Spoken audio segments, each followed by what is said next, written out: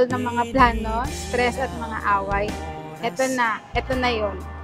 Ang dalawang Kim ay magiging isa na. Nagsimula ito nung nakakuha tayo ng bagong motto para sa relationship natin. Yung kung hindi ngayon, kailan? Mahagkan ka muli. Hi, me. I promise to love you for who you are. I promise to be patient and to remember that all things between us are rooted in love. Aking unang pag-ibig, pinili hanggang ngayon. So, yun. Di man dahagan, di man nasisilayan, pipiliin ka ng puso ko kailanman.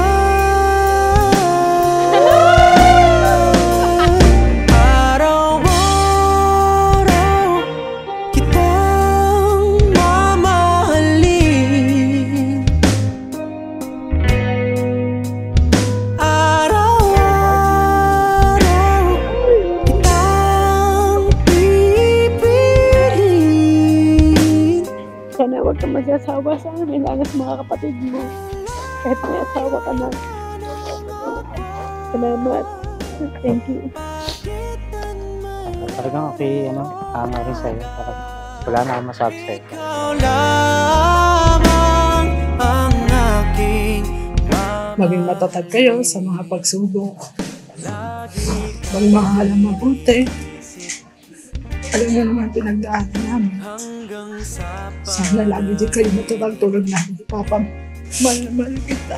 aking puso ay naiinip na makasama ka't makita kang muli. Di man I promise to nurture your dreams and help you reach them. I promise to share my whole heart with you and to remember to show you how deeply I care for you, no matter the challenges that may come our way. I also promise to love you loyally and fiercely as long as I shall live. araw-araw kitang mamahalin.